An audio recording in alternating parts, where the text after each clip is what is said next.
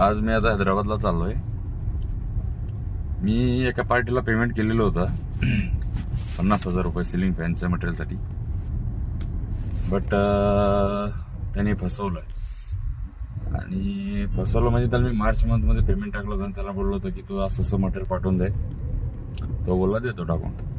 आणि तेव्हापासून तो ना मटेरियल टाकतोय ना पैसे वापस टाकतोय ना कॉल रिसिव्ह करतोय.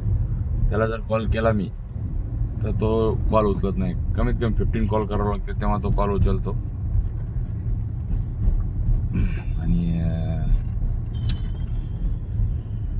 त्यानंतर म्हणतो की तुम्हाला मी माल नेक्स्ट वीकमध्ये टाकतो आणि ते डेट फक्त डेज वाढवत होतो पण माल काय टाकत नाही. त्यामुळे मी आता डायरेक्ट चाललोय.